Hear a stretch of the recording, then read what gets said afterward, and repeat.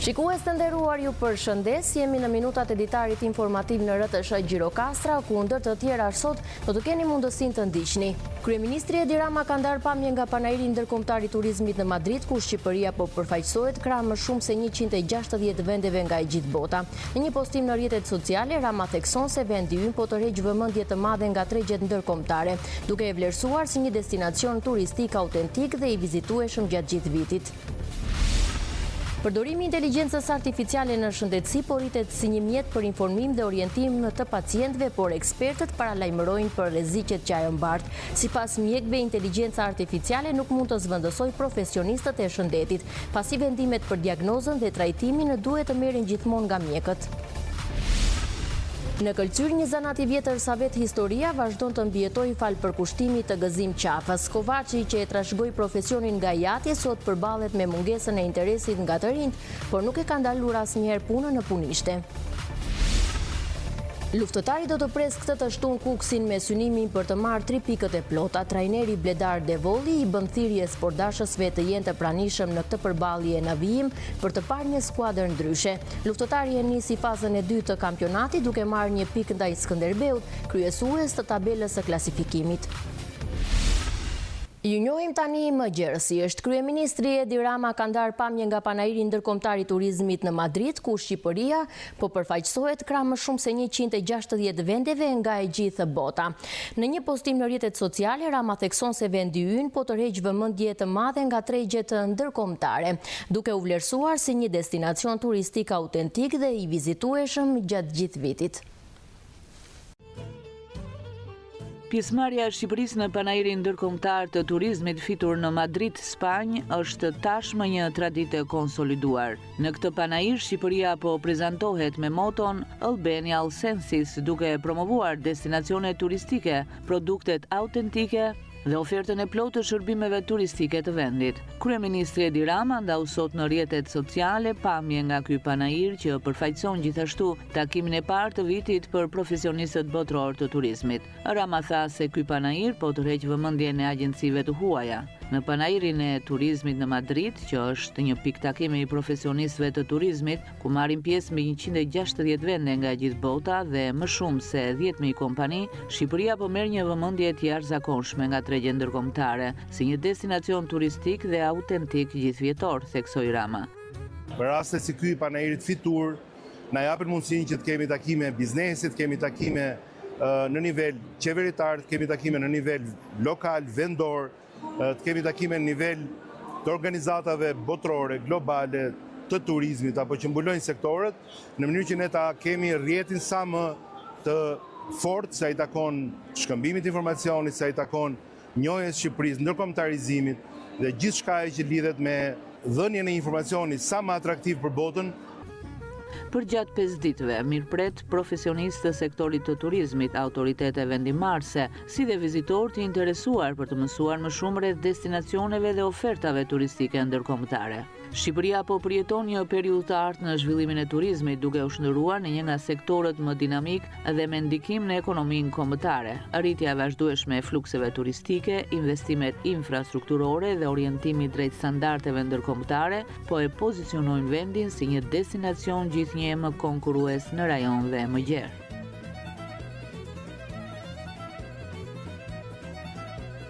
Banorët e jugut të Shqipërisë, kryesisht nga bashkia e Finiqit dhe zonat përreth, prej disa muajsh po hasin vonesa të gjata në doganën e qafbotës. Deputeti grek i rajonit të Igumenicës dhe Thesprotis, Vasilios Jojakas, ka deklaruar se së shpejti do të shtohet numri punonjësve në këtë pikë kufitare. Sipas tij, kjo do të ndihmojë në shmangjen e radhëve dhe pritjeve të gjata për qytetarët shqiptar. Banorët e rajonit të jugut, kryesisht ata të bashkisë së Finiqit dhe njësive vendore të tjera në qarkun e Vlorës, përballen prej disa muajsh me vonesa të zgjatura për të kaluar doganën greke në qafbot. Deputeti i Parlamentit grek zoti Vasilios Jojakas, i zgjatur me partinë në pushtet Demokracia e Re në rajonin e Igumenicës dhe Thesprotis, jep shpjegimin e vet për këtë çështje. Jam në dieni të problemit dhe kam bërë lëvizjet e duhura për zgjidhjen e tij. Madje, ka pasur një reagim edhe nga Ministria e Jashtme e Shqipërisë për këtë çështje. Problemi është krijuar pas arrestimit të 13 doganierëve vitin e kaluar, dhe përveç qytetarëve shqiptar, po dëmtohet edhe tregu në Igumenic, pasi pagesa në shkëmbimin tregtare sjellin pasoja negative për të dy anët e kufirit. Jam i bindur se shumë shpejt do të plotësohet numri i nevojshëm i personelit në doganën e qaf botës, dhe çdo gjë do të kthehet në normalitet. Madje, zoti Joja ka sjep edhe vlerësimin e tij, edhe për marrëdhëniet midis Tiranës dhe Athinës zyrtare. Vlerësoj se marrëdhëniet midis Greqisë dhe Shqipërisë janë shumë të mira. Këtë e deklaroi para pak ditësh edhe kryeministri zoti Kyriako Mitsotakis. Ne do të vazhdojmë të mbështesim rrugëtimin e Shqipërisë drejt anëtarësimit të plotë të Bashkimit Evropian. Gjatë periudhës së pandemisë është shkurtuar orari i funksionimit të pikës doganore të së qaf botës. Në verën e kaluar është arritur marrëveshja për shtimin e orëve të punës, kurse banorët kërkojnë që kjo pikë e kalimit kufitar të rikthehet në statusin e periudhës para pandemisë, të jetë funksionale gjatë 24 orëve të ditës. Përdorimi i inteligjencës artificiale në shëndetësi po rritet si një mjet për informim dhe orientim të pacientëve, por ekspertët paralajmërojnë për rreziqet që ajo mbartë. Sipas mjekëve, inteligjenca artificiale nuk mund të zvendësojë profesionistët e shëndetit, pasi vendimet për diagnozën dhe trajtimin duhet të merren gjithmonë nga mjekët. Inteligjenca artificiale po përhapet me ritme të shpejta në të gjithë botën, duke ndikuar në mënyrën se si njerëzit komunikojnë, punojnë dhe marrin informacion. Vitet e fundit përdorimi i saj ka njohur një rritje të ndjeshme edhe në fushën shëndetësore, ku qytetarët po përdorin aplikacione dhe platforma digjitale për të kërkuar informacione shëndetësore. Edhe në qytetin e Delvinës përdorimi i inteligjencës artificiale është bërë i zakonshëm, sidomos mes të rinjve. Sipas mjekëve të spitalit lokal, shumë banore përdorin AI për të marrë informacione shëndetësore, por ata nënvizojnë se kjo nuk mund të zvendësojë vizitën dhe diagnozën e mjekut. Pjesa e inteligjencës artificiale tregon diku po themi deri te 50% mund të ketë sakta, më shumë janë informacione që mund të gjenden në internet, por çdo informacion është i filtruar. Ana e mjekut ka të bëjë me atë që vë në punë pak edhe logjikën, edhe përvojën, duke njohur pacientin vet. Pjesa e inteligjencës artificiale mund të funksionojë në shumë nivele të tjera, po te pjesa e mjekësisë më duket pak e pamundur. Dhe personalisht jam kundra përdorimit të saj. Mund të përdoret në fusha të caktuara, pjesa statistikore, mjekësore, por nga ana diagnostikuese është e pamundur. Mjekët këshillojnë qytetarët që të përdorin inteligjencën artificiale vetëm si një mjet ndihmës dhe jo për vendime shëndetësore të rëndësishme. Edhe para se të përdorë inteligjencë artificiale kanë qenë persona kryesisht mosha e re e përdoruesve të telefonave të kompjuterave që futeshin shpesh në Google, kryesisht në rrjetet sociale, po sidomos në Google që kërkonin me dojmos të vinin një diagnozë pa paraqitur te mjeku. Këshilla ime është mos përdoret fare për pjesën e diagnozave. Në rast të parë dhe këshilla e dytë për këdo do ishte e mira është në kohë që jetojmë të paktën një ditë në javë, me pakta fare, të shkëputen komplet nga pjesa elektronike, nga telefonat, nga televizionet, çdo gjë, të paktën një ditë. Ja kushtojnë thjesht familjes asgjë më tepër. Ata paralajmërojnë veçanërisht të rinj të jenë të kujdesshëm dhe të konsultojnë gjithmonë me profesionistët e shëndetit për çdo shqetësim. Ministria e Arsimit dhe Qendra e Shërbimeve Arsimore ka miratuar periudhën e aplikimeve me formularin A1 dhe A1Z për maturën shtetërore dhe maturën shtetërore profesionale 2026. Ministria e Arsimit Mirela Kumbaro tha sot se nxënësit duhet të përcaktojnë edhe lëndët me zgjedhje duke nisur nga datat 2 deri në 11 shkurt, ndërsa për maturantët e viteve të kaluara, të cilët duan të bëhen pjesë e maturës shtetërore 2026, shërbimi për formularin A1Z duhet të aktivizohet në datat të 10 dhe 11 shkurt, theksoi Kumbaro. Ministria Kumbaro i bëri apel maturantëve të ndjekin me vëmendje afatet dhe udhëzimet përkatëse. Ministria e Arsimit sqaron hapat si duhet të aplikojnë maturantët, identifikohu si qytetar në portalin i Albania. Zgjidhni shërbimin matura shtetërore. Klikoni butonin përdor, zgjidhni llojin e formularit të aplikimit. Maturantët duhet të zgjedhin A1, ndërsa kandidatët A1Z dhe plotësoni të gjithë dhënat e nevojshme të kërkuara në formular. Klikoni butonin dërgon në fund të formularit. Për aplikimin me A1 dhe A1Z, përgjigja merret pasi përfundon procesi me konfirmim dhe printimin e formularit në shkollë. Aplikimi me formularin A1 dhe A1Z është i vlefshëm vetëm për maturën shtetërore të këtij viti shkollor, duke përfshirë edhe sesionin e dytë të vjeshtës. Në Delvin, gjatë javëve të fundit është konstatuar një rritje e numrit të personave që paraqiten për ndihmë mjekësore. Sipas qendrës shëndetësore të qytetit, virozat e stinës përfshin kryesisht infeksione të rrugëve të sipërme respiratore, si dhe forma të lehta të COVID-19. Në qytetin e Delvinës gjatë këtij sezoni është vërejtur një rritje e lehtë e virozave të stinës. Sipas të dhënave nga qendra shëndetësore, numri personave që kërkojnë ndihmë mjekësore është rritur në krahasim me periudhat e mëparshme. Mjekët bëjnë të ditur se këto viroza janë kryesisht infeksione të rrugëve të sipërme respiratore, si edhe forma të lehta të COVID-19. Ata nënvizojnë se shumica e rasteve nuk janë të rrezikshme, por kërkojnë kujdes të mjaftueshëm për të parandaluar përkeqësimin ose komplikacionet. Gjatë këtij sezoni vjet re një ngritje e lehtë e virozave stinore. Këto janë virozat të stinës të kryesisht nga infeksionet e rrugëve të sipërme respiratore, grip edhe forma të lehta të COVID-it. Këto janë raste që karakterizohen me sekrecione nazale, me dhimbje fyti, me skuqje të konjuktivës, me temperaturë të lehtë subfebrile dhe rrallë edhe me ndonjë temperaturë të lartë mbi 38,5. Rastet ka në të gjitha grup moshat, po më problematiket jo se janë paraqitur ne, po më problematike këto janë tek të sëmurët kronik, si të sëmurët me sëmundje kardiake, me diabet, të sëmurët me azëm, me spok, kurse tek moshat pediatrike në përgjithësi kalojnë mirë dhe pa ndonjë problem. Për të lehtësuar simptomat dhe për të parandaluar përhapjen, mjekët japin disa rekomandime. Gjatë këtij sezoni për të kaluar sa më mirë virozat e stinës dhe për të patur sa më pak ndërlëkime, do jepim këshilla që ambientet të jenë të ngrohta me temperaturë normale, as të mbi nxehura dhe as të ftohta.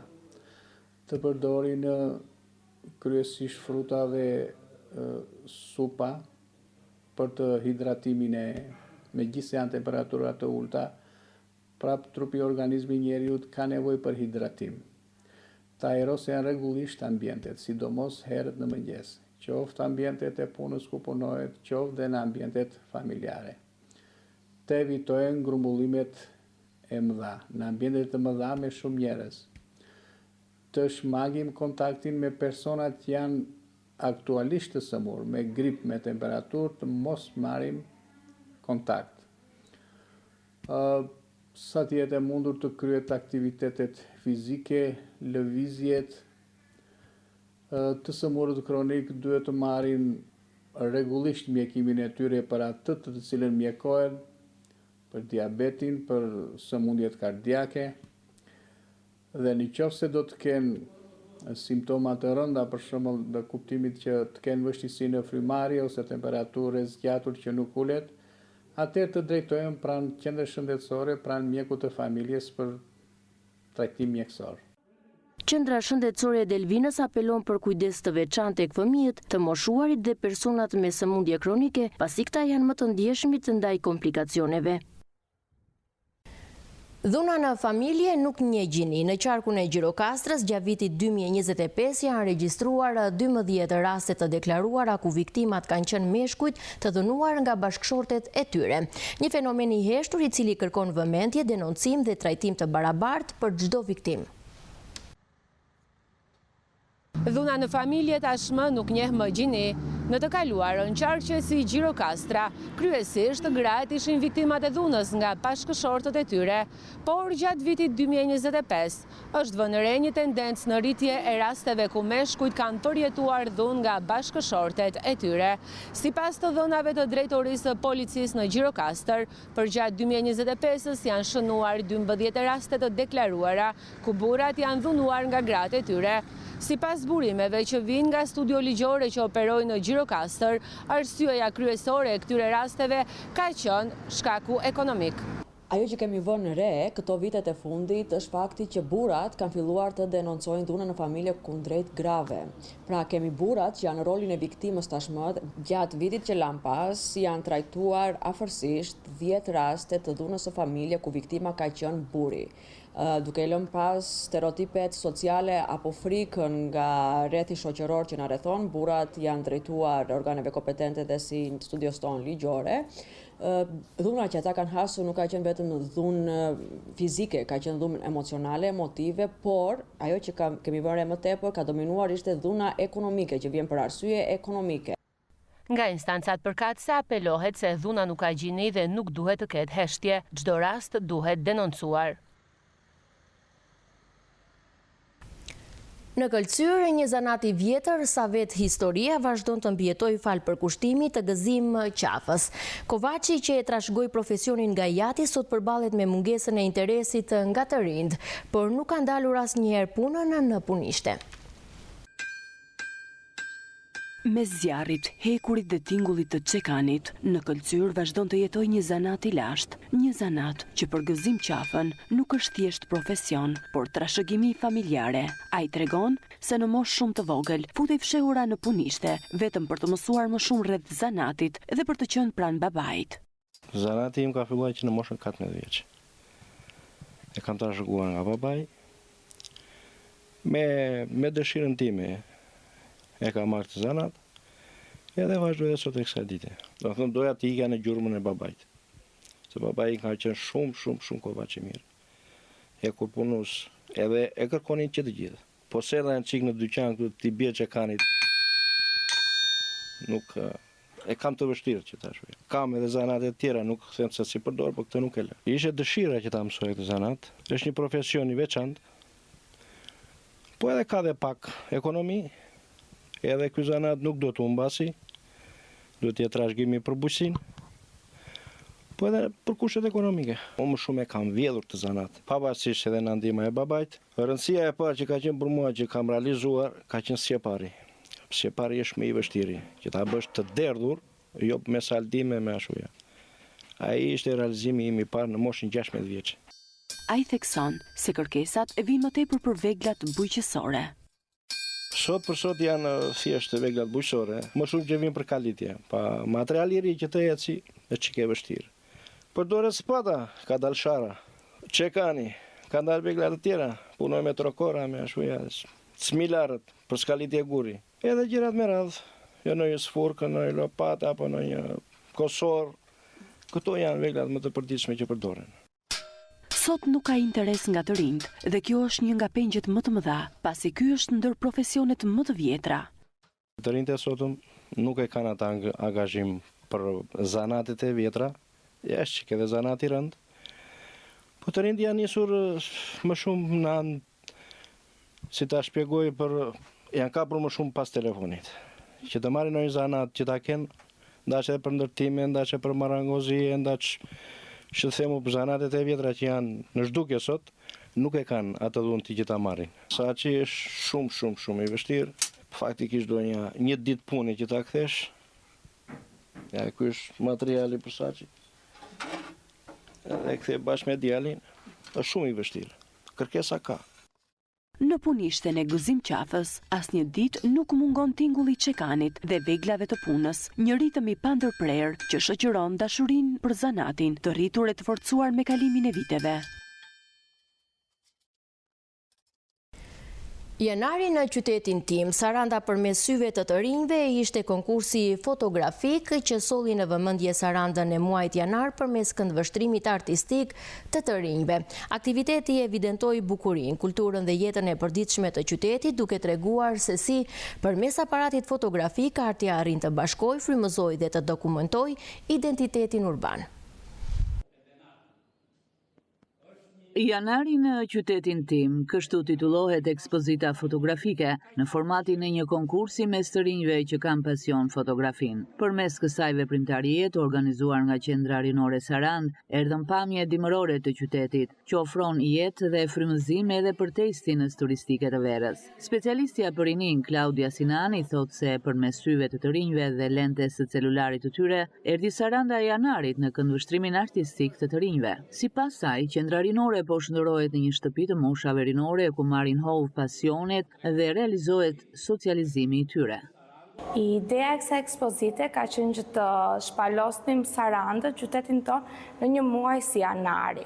Gjithmonë janari ka patur atë përkufizimin që është një muaj gjatë, pas festave, një muaj i heshtur, dhe ideja ishte që të rinjtë të tregojnë nëpërmjet lentes aparatit të tyre fotografik jetën dhe përditshmërinë e qytetit të Sarandës. Pra Saranda është e bukur jo vetëm gjatë sezonit të verës, por gjatë gjithë vitit. Zhvillimi podcasteve është një risi dhe mundësi tjetër që kjo qendër ofron për të përfshirë të rinjt në këtë zhanër të ri në fushën e komunikimit. Risia tjetër është edhe podcasti, ka qenë nga dëshirat më të mëdha të rinjve, pasi dhe ata kanë kuriozitetin e tyre për ta provuar si një zhanër të ri të komunikimit apo se si podcasti funksionon në tërësinë e vet. Pjesë e organizimit e ekspozitës fotografike Janari i qytetit tim u bën me eksperiencën e tyre edhe vullnetarët franceze, të cilat përfshihen në kuadër të projektit përtej barierave që kanë me Bashkinë e Sarandës. Jam Tanja, ky aktivitet është shumë i rëndësishëm, veçanërisht për të rinjtë e Sarandës. Është e rëndësishme të bëhen aktivitete për kulturën dhe gjithçka. Mendoj se ky aktivitet është shumë i mirë për të gjithë, të rinj dhe të vjetër, për të zbuluar më shumë qytetin. Me fotografitë e tyre të dorëzuara në konkursin Janari i qytetit tim, të rinjtë e përfshirë zbuluan bukurinë e fshehur, kulturën dhe përditshmërinë e qytetit të Sarandës, në pamje dhe përjetime dimërore. Pavarësisht çmimeve që u dhanë për autorët e fotove më të spikatura, të gjithë pjesëmarrësit i ndjen të vlerësuar për kreativitetin dhe angazhimin e treguar. Secili prej tyre, nëpërmjet lentes së aparatit të tyre fotografik, u bë provë të vërtetës se arti bashkon, frymëzon dhe dokumenton identitetin e një qyteti si Saranda. Luftëtari do të presë këtë të shtunë Kuksin me synim për të marrë 3 pikët e plota. Trajneri Bledar Devolli i bën thirrje sportdashësve të jenë të pranishëm në këtë përballje në vijim për të parë një skuadër ndryshe. Luftëtari nisi fazën e dytë të kampionatit duke marrë 1 pikë ndaj Skënderbeut, kryesues të tabelës së klasifikimit. Barazimi me Skënderbeu një javë më parë për luftëtarin e riformatuar tashmë do të thotë shumë. Trajneri Bledar Devolli shprehet për të Gjirokastra i kënaqur nga performanca e djemve të tij, pavarësisht se koha për t'u kompaktuar si grup ishte mjaft e shkurtër. Besoj se ka një ndeshje pozitive, duke ditur edhe faktorët që Skënderbeu ka 3-4 vjet me të njëjtin grup, ose mund të them që ka përmirësuar çdo vit grupin. Kurse ne kishim 4-5 ditë ekip me prurjet e reja që kam ngeli kënaqur nga performanca. Besoj tani kemi bërë ekip të mirë që mund të kërkojmë të jemi dinjitoz në çdo ndeshje.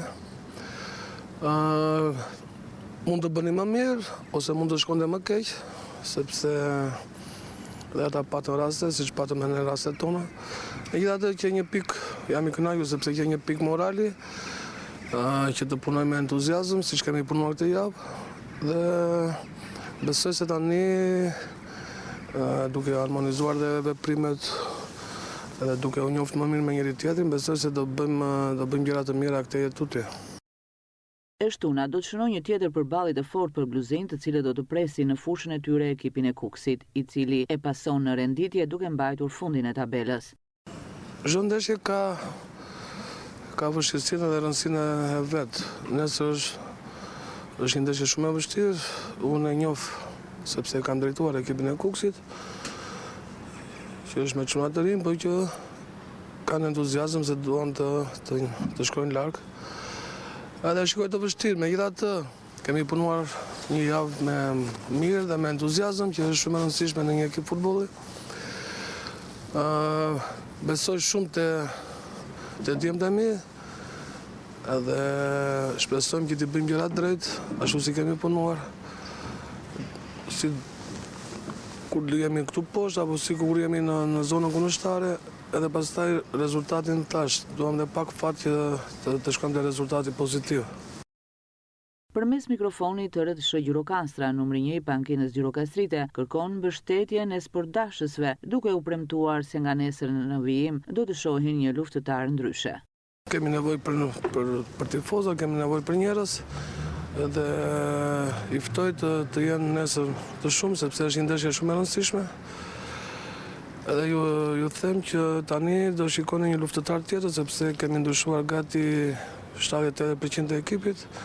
Kemi marrë lojtar me cilësi që do bëjnë diferencën nga nesër dhe në vazhdim të kampionatit. Para takimit të javës së 19, luftëtari është i pozicionuar në vendin e 11 me 12 pikë.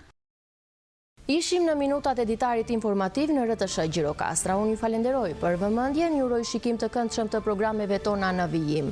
Bashkë ju pafshim.